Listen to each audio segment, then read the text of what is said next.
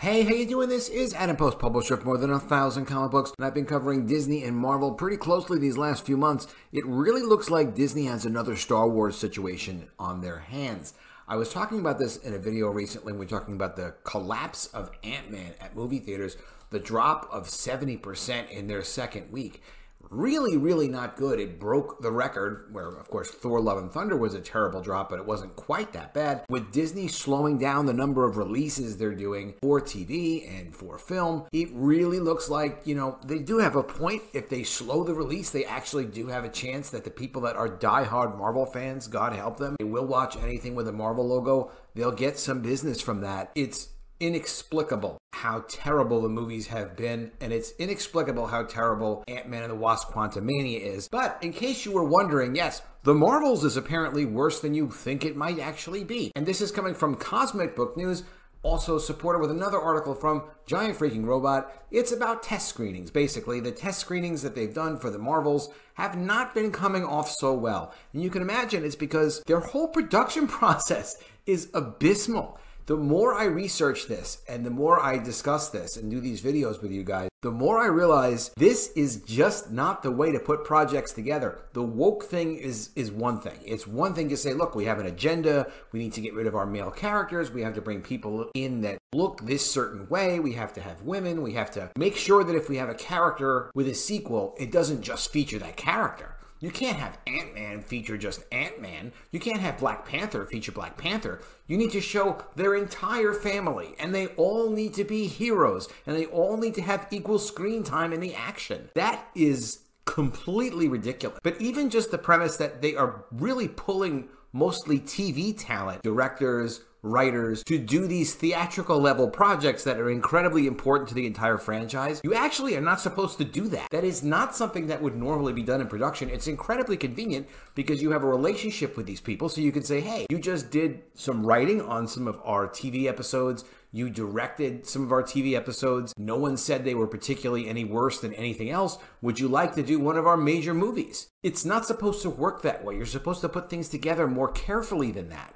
That's beyond all of the other issues of not really having a solid story, not really focusing on a single character when you're doing a sequel, like they did with Black Panther: Wakanda Forever, like they did with Ant-Man. It's one thing to set the movie up so that you can introduce, like they did Kang. You can do that. You can introduce another character. You could have some kind of a crossover, but it has to be done skillfully so that the movie is still really, like in Ant-Man's case, it's still Ant-Man. It's not the Ant-Man family. I could talk about that all night. But let's get into this article from Cosmic Book News. Reason for the Marvel's MCU delay is worse than thought. There is no doubt that the MCU is having major problems, which might just be another Star Wars for Disney. Guaranteed. This is another, we're all starting to say it. Matt from Cosmic Book News, I'm starting to say it. I'm sure other guys are saying it as well. There's more and more bad news surrounding the MCU, this time which pertains to the Marvels, starring Brie Larson, Iman, Vellani, and Fiona Paris, with the film directed by Nia DaCosta. We recently saw Disney and Marvel announce a new release date for the Marvels as they pushed this flick back a second time,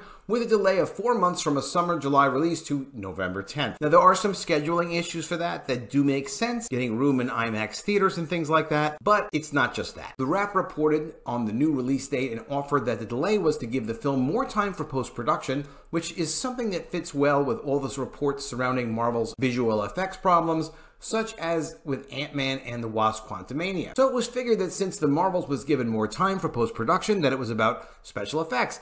As the film is going to be another heavy CGI-intensive movie, so Disney and Marvel delayed the release to make the flick look all the better again instead of what happened with Quantumania. However, the real problem might not just be with the visual effects, as two sources offer a different reason, which is even more worrisome. What do you think of that movie poster? Pretty exciting, huh? What is that supposed to make you want to do? See the movie? Why is the Marvels delayed? According to YouTuber Grace Randolph, the reason for the Marvels delay is that the movie tested poorly with audiences in screen tests. Certainly the visual effects weren't done for the screen tests, said to be held months ago, so they can't be all to blame. The Marvels was pushed from summer to winter due to poor audience test scores, so Marvel wants to do yet another round of reshoots to avoid, well, another round of this kind of mess, said Randolph. Not only does Disney Marvel not want that for themselves, but they don't want that for their actors. Randolph continued. So while Disney Marvel refuses To admit defeat publicly, totally understandable, never let them see you sweat. I think behind closed doors it's downright sauna considering the huge scheduling changes that have been made so abruptly. Randolph also recommended Disney to fire Marvel's Rick and Morty writers, including Quantumania writer Jeff Loveless off Avengers: The Kang Dynasty. Now, the fact that they're using Jeff Loveless to do major motion pictures, even though I'm sure he's a great guy, I mean, I don't understand it. I went and I looked at his background. His background is he was a writer on Jimmy Kimmel and he wrote Rick and Morty for 6 episodes.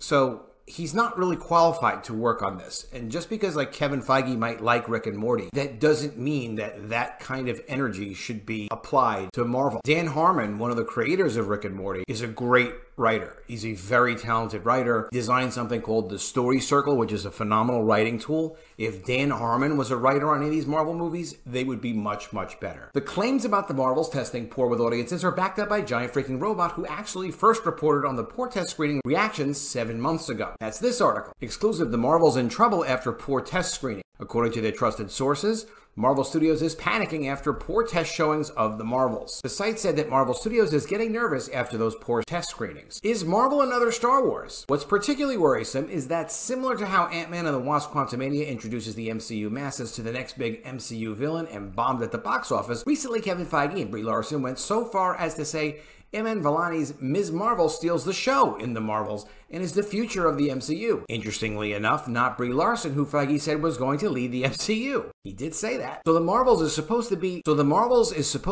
as big a movie as the first Captain Marvel. Recall how Iman Vellani's Ms. Marvel show bombed on Disney Plus, and now The Marvels isn't looking good. So what does that say for the future of Marvel and the Marvel Cinematic Universe? Prior to the release of Quantumania, Disney CEO Bob Iger announced they were slowing things down with Marvel and that there would be accountability. As Iger said, they want quality over quantity. So there's no doubt there are problems at Marvel, just as there are with Disney Star Wars, which went through its own slowdown following the reception to The Last Jedi. Kevin Feige has made some very bad decisions following the release of the Avengers Endgame. Disney and Iger certainly don't want another Star Wars on their hands, but it might just be too late as it's already here. It is too late for Marvel. And, you know, I was always a big fan of Marvel when I was a kid. I'm still always going to be interested to see what Marvel is doing. I will talk about what Marvel is doing, but the movies really are almost unwatchable. Thor 4 for me was literally unwatchable. When I think of Marvel, I think of the Marvel comics of the 1980s that I got when I was a kid. I was really taken with them. Later getting involved in publishing as I did and getting to meet some of the people creating comics. It was a really exciting thing. Never did I think that Marvel would fall to what it's fallen. And never would I think that you take a company like Disney that would spend $4 billion buying a property and would then allow it to fall apart and not be really concerned with a profit motive. There's almost no one at Disney. I don't know of anyone involved in Disney that's concerned about them making money except Nelson Peltz. And I have to imagine that at some point in the next month or two, we're going to hear something from Nelson Peltz, who is that activist investor who was pushing to do all the layoffs that they then agreed to do, who was trying to get onto Disney's board. Someone has got to start to make public comments, who is a powerful person like a Nelson Peltz, against Disney's destruction of their brands. They could easily give these properties to Sony, or even better, give them to Universal. Bring people in who want to make good stories and good content. Because like the people with the woke progressive agendas, redefining what the word man is, redefining what the word woman is, redefining what the word racist is, they've now redefined what story is. Because when I say the story isn't good, a Kevin Feige would say the story for Ant-Man and the Wasp: Quantumania is great because we were able to introduce Jonathan Majors as Kang. Like, no, that doesn't make it a good story because you had an opportunity to introduce a character who gave an adequate performance. But this is the world that we live in now. Let me know what you think of all this in the comments below. Do you think that The Marvels is going to be any good? Do you think that Marvel is pretty much burnt out? Are you kind of like me? You've pretty much had it with Marvel. You don't really plan to support anything that they're doing unless they do something that's really impressive? Or do you think that there's hope for them, like they'll come out with something like The Mandalorian and do some kind of impressive TV series? I don't know. Let me know what you think, though, in the comments below. Always like to see your comments. Please be sure you're also subscribed to the channel, click the bell for notifications, and give me a thumbs up, and I'll see you again soon with another video. And if I don't see you, I will miss you.